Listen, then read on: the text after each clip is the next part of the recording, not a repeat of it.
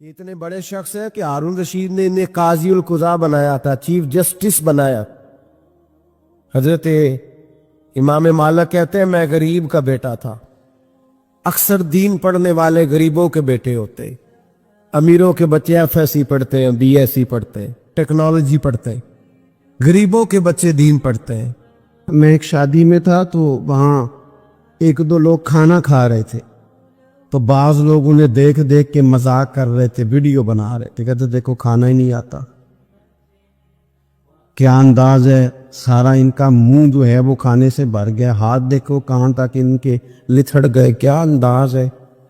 تو میں نے کہا تم ان کے کپڑے بھی تو دیکھو نا، انداز، بیٹھنا اٹھنا، کپڑے پہننا، یہ غریبی کا پتہ دیتے ہیں۔ بھوک جب تیز لگی ہو پھر کھانے کے آداب لوگوں کو یاد نہیں رہتے۔ غربت نے میرے بچوں کو تہذیب سکھا دی، اب وہ سہمے ہوئے رہتے ہیں شرارت نہیں کر۔ حضرت سیدنا امام ابو مالک فرماتے ہیں میں غریب کا بیٹا تھا اور میری 6-7 بہنیں، میں اکیلا بھائی تھا۔ آپ فرماتے ہیں میرے ابا جی فوت ہو گئے، میری امی پکڑ کے مجھے ایک دھوبی کی دکان پہ لے گئی، کہنے لگی اسے کپڑے دھونے کا طریقہ بتا دے، سلیقہ سمجھا دے، یہ بھی ایک چھوٹی سی لانڈری کی دکان کھول لے گا، میری بیٹیوں کا پیٹ پال لے گا۔ دھوبی کہنے لگا ٹھیک ہے، میں 2-3 درہم بھی دوں گا مہینے کے، اور جب کام سیکھ جائے گا تو تنخواہ بڑھ جائے۔ امام ابو مالک رحمت اللہ علیہ فرماتے ہیں میں بہنوں کے لیے روزی کمانے نکلا، میں بیوہ ماں کے سر پہ بوجھ اتارنے کے لیے نکلا، میں غربت کے عالم میں نکلا، رستے میں امام اعظم کا مدرسہ تھا۔ فرماتے میں وہاں چمکتے چہرے دیکھتا، لیکن اپنی غربت کو دیکھ کے میں آگے بڑھ جاتا، پریشان ہوتا کہ میں کیسے علم حاصل کروں گا۔ آپ فرماتے امام صاحب مجھے اکثر دیکھتے، ایک دن امام اعظم باہر نکلے، مجھے کھڑے ہوئے دیکھا تو قریب بلایا، سینے سے لگایا، ماتھا چوما، کیا نام ہے؟ میں نے کہا ابو مالک میرا نام ہے۔ کہا تمہیں پڑھنے کا شوق ہے؟ کہا بڑا شوق ہے۔ کہنے لگے چل آ جا پڑھا کر، آ جا مدرسے میں پڑھا کر۔ کہتے میں سارا دن وہاں پڑھتا، گھر سے کام کرنے آتا، سارا دن امام اعظم کے پاس پڑھتا رہتا۔ مہینہ آیا تو میری اماں کہنے لگی تنخواہ لاؤ۔ میں نے کہا امی جی تنخواہ تو وہ دے گا جو ڈیوٹی پہ جاتا ہو، میں تو پڑھنے جاتا ہوں۔ کہتے اماں گھر سے نکلی اور بڑے غصے کے ساتھ نکلی، کہنے لگی مولوی نے میرا بچہ خراب کر دیا ہے، میرا بچہ خراب کر دیا ہے، میں کام پہ بھیجتی تھی، اس نے کس چکر میں ڈال دیا، مسلوں سے بھی کبھی پیٹ بھرا ہے، کام بھی تو کرنے چاہیے نا۔ کہتے امام اعظم کے سامنے کھڑی ہوئی، امام صاحب بڑے امیر کبیر آدمی، اربوں خربوں پتی تھی، اور پھر اتنے بڑے عالم فقیر، سارا بغداد، سارا کوفہ، سارا مصر سلوٹ کرتا ہے۔ بی بی آئی اور تیز جملے عورتوں کا طریقہ ہوتا ہے، کہنے لگی مولوی تیری سفید داڑھی، تیرا اتنا نام، تجھے خیال ہی نہیں آیا میں بیوہ عورت ہوں، تو نے میرا بچہ خراب کر ڈالا، میری یتیم بچیاں روٹی کہاں سے کھائیں گی، مسلوں سے بھی کبھی پیٹ بھرا ہے۔ کہتی اتنے سخت جملے کہے پر قربان جاؤ امام اعظم سنتے رہے اور مسکراتے رہے۔ کہنے لگے میری غلطی ہے، میری غلطی ہے، میری غلطی ہے، بی بی بھول گیا تھا، غلطی ہو گئی۔ بی بی کہتے تیری امام صاحب سنتے رہے، جب غصہ اتر گیا تو کہنے لگے اماں تیرا غصہ اتر گیا ہے؟ اتر گیا ہے۔ کہنے لگے تیرا بیٹا بڑا نیک ہے، تیرا بیٹا بڑا لائق ہے، تو اسے پڑھنے دے۔ کہنے لگے چپ کر بے مولوی، یہ پڑھے گا تو میں روٹی کہاں سے کھاؤں گی؟ امام صاحب کہنے لگے مجھے بتائے گی تیرے گھر کا خرچہ کتنا ہے؟ اس نے ایک لفظ تو 3 دینار کا، ایک روایت ایسی بھی لکھی ہے بزرگوں نے، کہنے لگی 40 درہم ہے، اور اماں کہتی میں نے جان بوجھ کے زیادہ بتائے، حالانکہ میں کناک کا خرچہ کرتی تھی، لیکن جب کھلا ڈلا کرے تو وہ والا خرچہ بتایا۔ میں نے کہا 40 درہم خرچہ ہے، تو دے گا؟ تو کہتے امام اعظم کہنے لگے اماں تجھے لینے نہیں آنا پڑے گا، پہلی سے پہلے تیرے گھر میں پہنچ جایا کریں گے، یکم سے پہلے آئیں گے۔ او بھائیو کہاں استاد ملتے ہیں، کہاں استاد ملتے ہیں، کہاں وہ لوگ ملتے ہیں جو دعائیں مانگتے، التجائے کرتے، پیار کرتے۔ گزر گیا وہ دور، اب تو سوٹ لینے کا دور ہے، مٹھائیاں لینے کا دور ہے، ہاتھ ڈلوانے کا دور آیا ہے۔ اب کون پوچھتا ہے؟ اب تو پوچھتے ہیں تو میرے لیے کیا لایا ہے، حضرت سیدنا امام اعظم ابو حنیفہ رحمت اللہ علیہ ایک دن نہیں، 2 دن نہیں، 4 دن نہیں، 5 مہینے نہیں، 20 سال تک کہنا آسان، بولنا آسان، سننا آسان، 20 سال تک امام ابو مالک کے گھر میں خرچہ دیتے رہے، وہ پڑھتے رہے۔ اماں کہنے لگی تو میرے بیٹے کو لگا تو لیا ہے تو پڑھ کے بنے گا کیا؟ حضرت امام اعظم فرمانے لگے بادشاہوں کے تخت پر بیٹھ کر بادشاہوں کے ساتھ کھانے کھایا کرے گا، ان کے ساتھ بیٹھ کے حلوہ کھائے گا، وقت آئے گا تو دیکھے گی۔ کہتے ہیں میرے امام انتقال کر گئے، وقت بیت گیا، ہارون رشید نے مجھے بلایا بغداد میں اور کہا میں آپ کو چیف جسٹس بنانے لگا ہوں۔ کہتے ہیں میں خوشی سے سجدے کرنے لگا، میں چیف جسٹس بنا۔ میں نے اپنی اماں کو خط لکھا کہ اماں بغداد آ جا، تیرے بیٹے کو اللہ نے بڑی شان عطا کر دی ہے۔ فرماتے ہیں ہارون رشید کی بیوی بڑی اولیاء کی، علماء کی بڑی فرما بردار تھی، محبت کرنے والی تھی، اس نے حلوہ بنا کے بھیجا، کھانا بنا کے بھیجا۔ ہارون رشید تخت پہ بیٹھ کے کھانے لگا تو کہنے لگا امام صاحب آپ بھی یہیں آ جائیں میرے ساتھ۔ کہتے ایک کونے میں وہ بیٹھ گیا، ایک میں بیٹھ گیا، بیچ میں کھانا رکھ لیا۔ اتنی دیر میں میری اماں بھی پہنچ گئی، 2 لقمے کھائے تھے کہ اماں آ گئی۔ جب اماں نے مجھے تخت پہ بیٹھے دیکھا، ایک یتیم، ایک لاوارث، ایک بن باپ کا بچہ، وہ کل تک جو بہنوں کے لیے 4 دینار نہیں لا سکتا تھا، تخت پہ بیٹھ کے جب روٹی کھاتے دیکھا تو اماں تڑپ گئی، روئی، چیخیں ماری۔ میں نے کہا اماں کیا ہوا؟ کہنے لگی بیٹا مجھے تیرا استاد یاد آ گیا ہے، اس نے کئی سال پہلے کہا تھا اسے دین کا علم پڑھنے دے، اسے فقیہ بننے دے، یہ بہت آگے جائے گا۔ دیکھ آج اللہ نے تجھے کتنی شان عطا کی ہے۔ کہا بیٹا یہ کمال تیرا نہیں، یہ امام اعظم ابو حنیفہ کا کمال ہے، یہ ان کا کمال ہے جنہوں نے تمہیں یہاں تک پہنچایا۔ میرے بھائی اپنی پوری زندگی حضرت امام اعظم ابو حنیفہ نے، آج تو اساتذہ کرام، اساتذہ مجھ سے ایک ٹیچر کہنے لگے حضرت جی دل نہیں لگتا، بے سکونی سی ہے، کچھ بتلائے۔ تو میں نے کہا کلاس میں کوئی یتیم بچہ ڈھونڈ لے، کوئی لاوارث بچہ ڈھونڈے، اس کی وردی اپنے ذمے لے لے، کتابیں اپنے ذمے لے لے، اس کا خرچہ اپنے ذمے لے لے، روز جیب میں ٹافیاں ڈال کے جایا کرے کہ غریب کو دینی ہے۔ فرمایا 2 مہینے یہ والا وظیفہ بھی پڑھ کے دیکھیں، اللہ آپ کو سکون عطا کرے گا۔ یہ بھی کہنے لگے بڑی ٹھنڈک ہوئی ہے، بڑا سکون ملا ہے، بڑی تابعداری۔ میں نے کہا آپ لفظوں سے سکون چاہتے ہیں، وہ لوگ خدمت کر کے سکون لیتے۔ اقبال کہا کرتے تھے اگر کوئی شعیب آئے میسر تو شبانی سے کلیمی 2 قدم۔ کہتے تھے دعا کرو کہ حضرت موسیٰ کلیم کو کوئی حضرت شعیب علیہ السلام جیسا مل جائے، کوئی مل جائے نا ایسا، تو وہ پھر تازگی پیدا کر دیتا ہے۔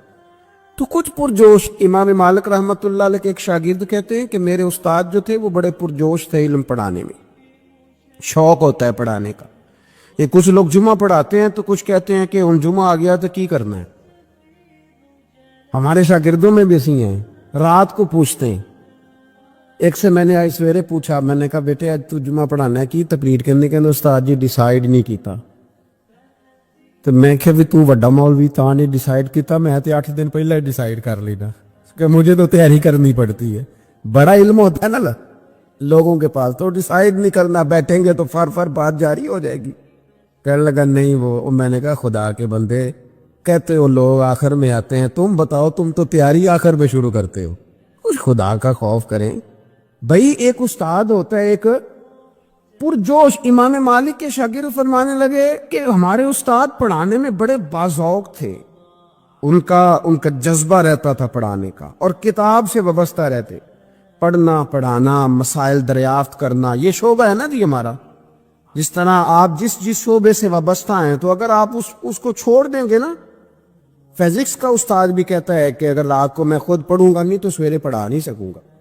تو اگر آپ وابستہ نہ رہتے اپنے شعبے کے ساتھ، نئی نئی چیزیں پیدا ہوتی ہیں، جدت آتی ہے، تو آپ کو جوش ہی نہیں ہے اس شعبے کا، تو پھر بات کیسے آگے بڑھے گی؟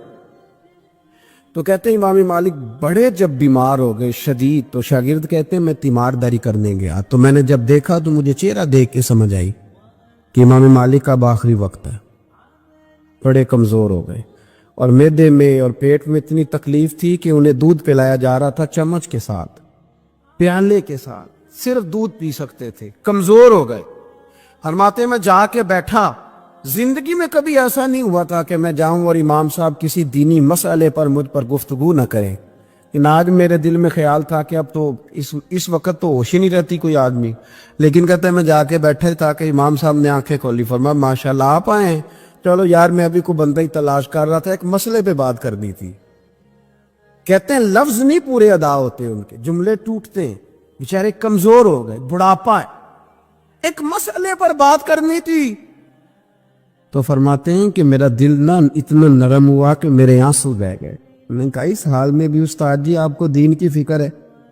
کہنے لگے یار ایک آدمی نے مسئلہ پوچھا ہے تو اس کو حل کر کے دینا ہے، یہ رسول اللہ کا دین ہے، علماء کی ذمہ داری ہے آسان کر کے لوگوں تک پہنچائیں، ہر آدمی اس تک تو میں نے وہ دینا ہے، یہ میری وفا ہے اپنے مذہب کے ساتھ، آخری دم تک دینا۔ میں اپنی حیاتی تو قربان تھی واہ میری محمد پکیندے گزر گئی، یہ کرنا ہے کام، لوگوں کو آسان کر کے دین پہنچانا۔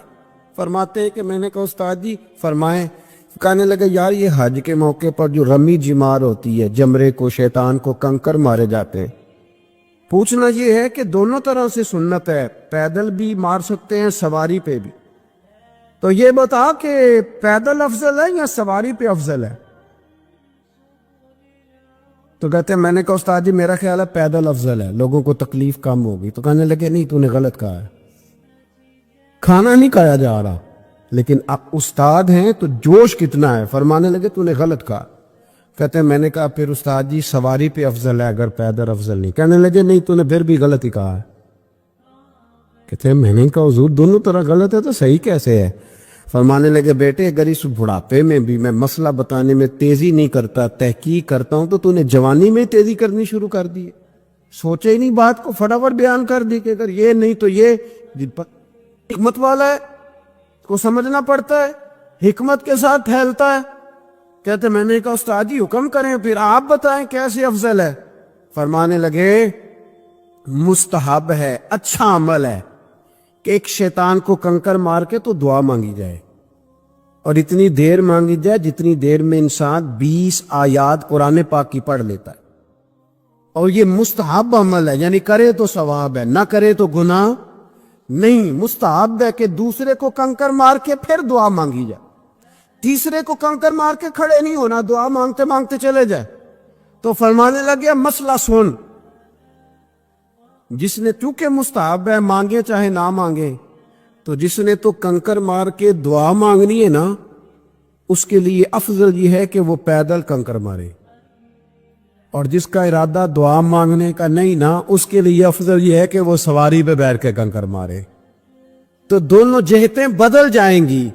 فرماتے ہیں اس بڑھاپے اور کمزوری میں میں نے امام مالک کی وہ فقاہت دیکھی، اور فرماتے ہیں جب فارغ ہو کے نا امام مالک سے میں باہر نکلا، سلام لے کے میں دروازے پہ پہنچا تھا، ابھی کمرے کے دروازے پہ امام صاحب نے بلند آواز سے کلمہ پڑھا اور ان کی روح پرواز کر گئی، بلند آواز سے کلمہ پڑھا، روح پرواز کر گئی۔ اتنا دین کا جذبہ، شوق، اتنا طبیعت کے اندر درد دین کے لیے کہ آخری وقت تک مسائل دین میں غوطہ زنی کس طرح کر کے امت کو آسان دین پہنچایا۔ اگر چاہتے ہو کہ زندگی میں اطمینان ملے تو خدا را حقیقت پسند والی زندگی گزارو، یہ فضاؤں میں زندہ رہنا، ہواؤں میں، اللہ بڑا معاف کرنے والا ہے، اللہ بڑا کریم ہے، معاف کر دے گا، تو بھئی یہ بات صحابہ کو بھی پتا تھی، یہ اہل بیت کو بھی خبر تھی، تو وہ تو ایک ایک بات کا لحاظ کرتے تھے۔ یہ غوث اعظم کو بھی پتا تھی، یہ ان کے والد کو بھی پتا تھی، جنہوں نے کسی کا ایک سیب کھا لیا تھا تو 12 سال اس کے گھر میں نوکری کرتے رہے، انہیں نہیں پتا تھا اللہ بڑا کریم ہے، معاف کر دے گا، ایک سیب ہی ہے نا۔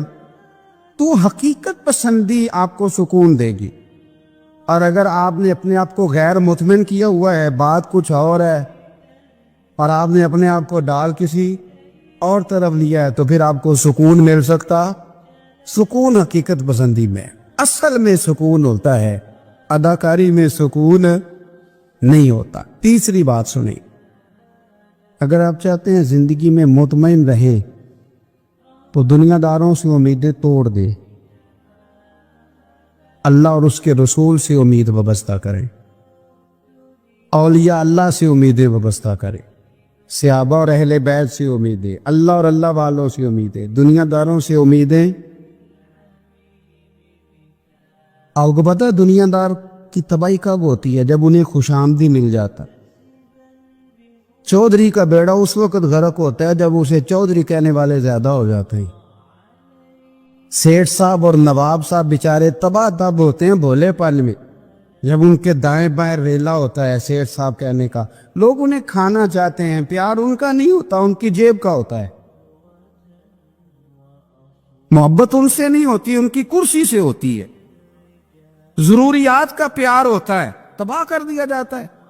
ہماری ساری توقعات دنیا داروں سے وابستہ ہو گئی ہیں۔ ناراض نہ ہونا، پیروں نے، مولویوں نے، درویشوں نے، انہوں نے بھی سیٹ رکھے ہوئے جلسوں کی صدارت کرانے کے لیے، یعنی مذہبی جلسہ ہے، اس میں بہت زبردست پڑھے لکھے صاحب تقوی عالم کا خطاب ہے، اور کی صدارت وہ بندہ کر رہا ہے جس نے عشاء کی نماز بھی نہیں پڑھی، وہ بندہ صدارت کر رہا ہے۔ کیوں؟ اس لیے کہ اس نے لاکھ روپیہ دیا میں تو نہیں۔ خدا را دنیا داروں سے امیدیں چھوڑ دے، ورنہ آپ کمزور پڑ گئے، آپ کی امیدیں ٹوٹیں گی۔ کتنا کمزور ہے وہ شخص دو چار ہزار کے لیے کسی بندے کی چاپلوسی کرتا ہے، اس کے پیچھے بھاگتا ہے، خوش آمدیں کرتا ہے تھوڑے سے نوٹوں کے لیے، دکھ سکھ میں کام آئے گا اس کام کے لیے۔ میرے رسول کریم علیہ السلام نے فرمایا، جس نے بندوں کو راضی کرتے کرتے رب کو ناراض کر دیا، اس کی دنیا بھی گئی اور آخرت بھی گئی۔ اور فرمایا جس نے بندوں کی پرواہ نہیں کی، اللہ کو راضی کیا، فرمایا اگر رب راضی ہو گیا تو لوگوں کے دلوں میں بھی محبت پیدا فرما دے گا۔ کیا ضرورت ہے خوش آمد کرنا دنیا داروں کی، سیٹوں کی، نوابوں کی، چاپلو۔ اور میں آپ کو ایک بات بتاؤں، ہوتا پتہ کیا ہے؟ یہ جو حب جا اور حب با ہوتی ہے نا، اس سے پیٹ نہیں بھرتا۔ آپ کو اگر خوش آمد کرنی ہے تو پھر آپ کو ساری زندگی کرنی ہے۔ پھر ان کو بھی پتہ ہوتا ہے کہ تعلق کس بنیاد پر ہے، اس میں کبھی بھی خلوص پیدا نہیں ہوتا۔ آپ بے چین رہتے ہیں، بے قرار رہتے ہیں، آپ کو تکلیف رہتی ہے ہمیشہ۔ کبھی بھی دنیا داروں سے امیدیں وابستہ نہ کریں۔ ایک بات سنیں بڑی شاندار، امام غزالی نے لکھی ہے۔ امام غزالی فرماتے ہیں کہ ہارون رشید نہ حج کر کے واپس آیا بغداد میں، تو کونے میں حضرت بہلول دانا بیٹھے تھے، رش بہت تھا، مجمع بڑا تھا۔ حضرت بہلول دانا بھی سڑک کے کنارے بیٹھے تھے، تو سپاہی کہنے لگے یہاں سے اٹھ جاؤ، فرمانے لگے ہارون رشید کی زمین نہیں، زمین میرے رب کی ہے، میں کیوں اٹھوں؟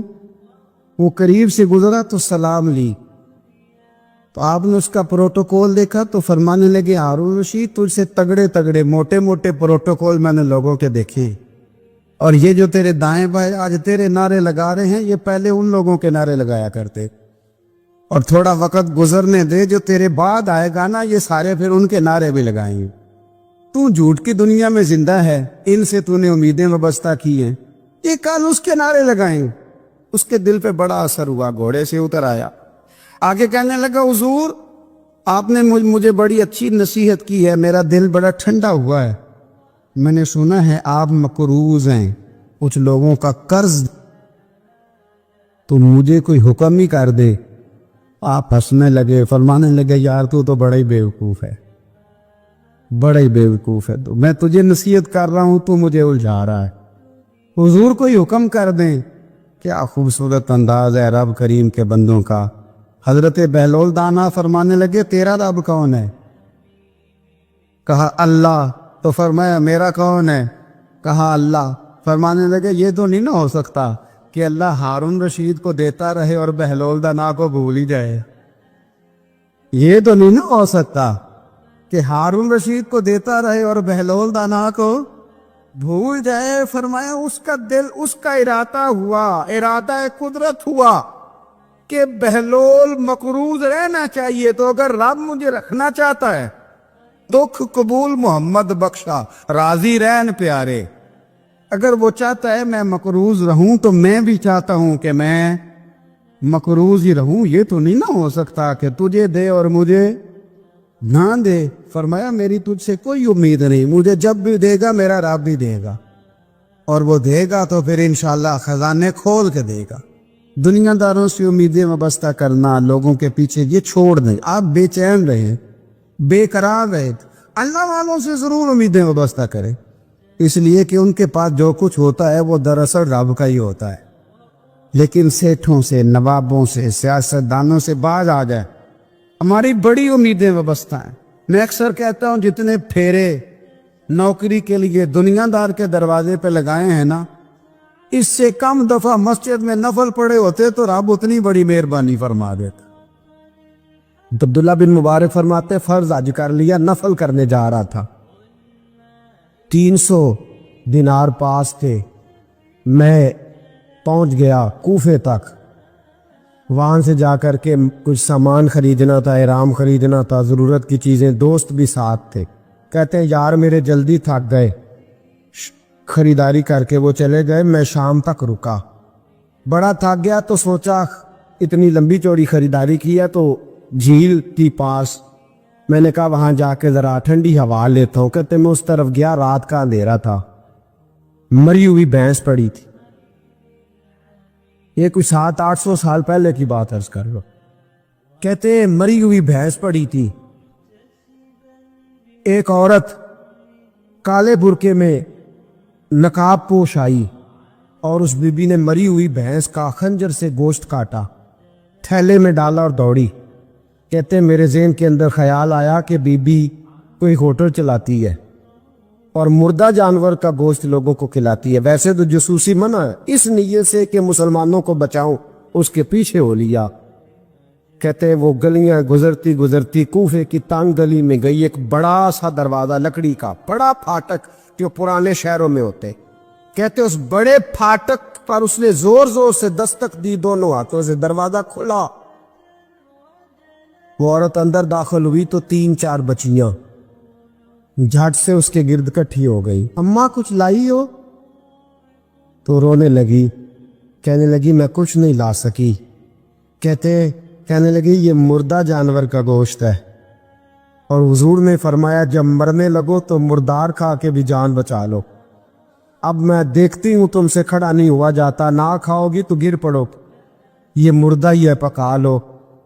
کہتے ہیں اگلے لفظ اس عورت نے کہے تو میں باہر کھڑا چیخنے لگا.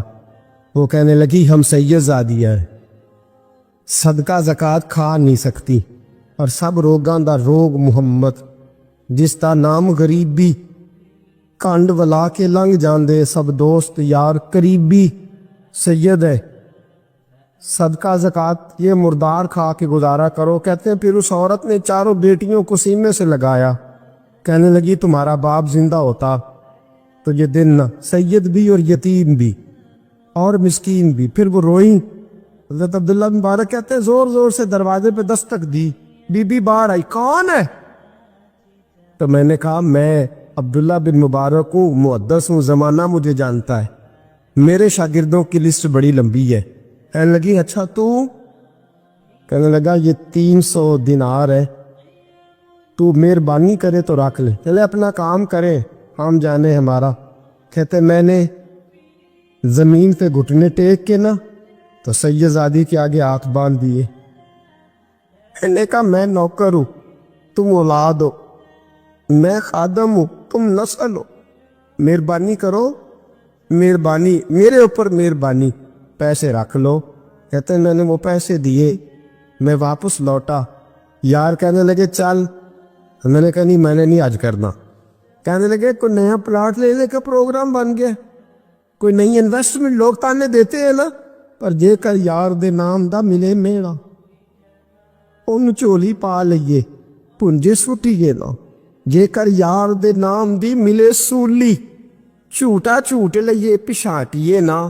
کہتے میں نے کہا یار جیسے تمہاری مرضی سمجھ لو, یہ میرا راز ہے, میں بتاتا نہیں. فرماتے لوگ حج کرنے چلے گئے, میں وطن آ گیا. 6 ماہ کے بعد قافلے لوٹے. جاگ کے سننا ذرا بات, میرے نبی نے فرمایا تو میرے امتی کی پریشانی دور کر، اللہ کامل حج کا ثواب دے گا۔ فرمایا میرے حبیب علیہ السلام کی امتی حضرت عبداللہ بن مبارک فرماتے میں آیا حج کر کے، حاجی آئے تو میں بڑی حسرت کے ساتھ میں گھر میں روتا تھا، سوچتا تھا آج وہ مینا میں ہوں گے، آج وہ مزدلفہ عرفات میں ہوں گے، آج وہ لوگ جمرات کی رمی کر رہے ہوں گے۔ میں تڑپ کے سوچتا تھا آج در رسول کی حاضری دے رہے ہوں گے۔ کہتے میں روتا تھا، جب حاجی لوٹے 6 ماہ کے بعد تو حاضری دینے گیا، ملنے گیا، پہلا دروازہ کھولا حاجی صاحب نے، میں نے کہا مبارک ہو۔ کہتے ہیں میں نے مبارک دی، ذرا سنیے گا۔ کہتے ہیں وہ حاجی مجھے ڈانٹنے لگے، کہنے لگے چھوڑ یار، اتنا بڑا آدمی ہو کے تو غلط بات کرتا ہے۔ میں نے کہا کیا ہوا؟ کہنے لگے تو نے ہمیں کہا کہ جانا نہیں، اور پھر ہم مینا میں آوازیں دیتے رہے تو بات ہی نہیں سنتا تھا۔ ہم آوازیں دیتے رہے ان اللہ علی کل شیء قدیر، آوازیں دیتے تھے، سنتا نہیں تھا۔ کہتے میں حیران ہوں، میں تو گیا نہیں۔ کہنے لگے ہم 11 حاجی جھوٹ بولتے ہیں، 2 اکیلا سچ بولتا ہے، سب نے دیکھا ہے۔ کہتے میں پلٹ آیا، چوتھے دن پھر ایک حاجی کو ملنے گیا، مبارک دی۔ کہنے لگا چھوڑ کس بات کی مبارک، میدان عرفات میں تو نے بات بھی نہیں سنی، اور یہاں مبارکے کہتے ہیں عرفات میں، اور میں تو کہنے لگے چپ کر، غلط بات بھی کرتا ہے اتنا بڑا محدث ہو کے۔ کہتے ہیں جب آخری قافلے آئے، آخری دن تو 8-10 قافلے اکٹھے آئے، شام تک 7 قافلوں سے ملا، ہر ایک مجھے کہنے لگا بندے کے پاس گھوڑا نیا آ جائے، سواری بڑی آ جائے تو یاروں سے تو ملنا چاہیے نا، تو آواز ہی نہیں سنتا تھا۔ فرماتے ہیں میں تھک گیا کہ الہی ماجرا کیا ہے، میں تو یہاں اس شہر کی گلیوں میں پھرتا رہا اور یہ سارے حاجی کیا رہے ہیں۔ فرماتے ہیں رات کو حضرت ربیع بن اسلم، وہ بہت بڑے بزرگ محدث تھے، وہ بھی حج کرنے گئے، دروازے پہ دستک دی، باہر آئے تو جھگڑنے لگے، کہنے لگے تو نے مجھے کس مشکل میں ڈال دیا ہے؟ میں نے کہا حضور کیا ہوا، کس مشکل میں؟ میں تو کہنے لگے چھوڑ یار، عالم تھا تو میں تیری عزت کرتا تھا، تو نے یہ کیا کیا؟ میں نے کہا کیا ہوا؟ کہنے لگے یاد نہیں جب تو روضہ رسول کے سامنے ملا تھا، جب نبی پاک کے مواجہ کے سامنے تو پیسوں والی تھیلی مجھے پکڑا گیا، پکڑ اپنے پیسے، میں تو سنبھالتے سنبھالتے تھک گیا ہوں۔ کہتے ہیں یوں سینے سے پیسے لگائے، گھر آیا، عشاء پڑھی تو سو گیا۔ میں نے کہا یا اللہ عقدہ کھول دے۔ رات گہری ہوئی، میرے گھر کی دیواریں چمکنے لگیں، نور پھیلنے لگا، خوشبو ہی خوشبو پورے شہر کو معطر کرنے لگی۔ کہتے ہیں میں نے آنکھ جھپکی تو سامنے اللہ کے رسول تشریف فرما، سامنے محبوب تشریف فرما ہے۔ خواب میری وچ آیا ماہی، میں اودے گل وچ پا لئیاں باواں، پھر ڈر دی ماری اکھ بھی نہ کھولا، کتے پھر وچھڑ نہ جاواں۔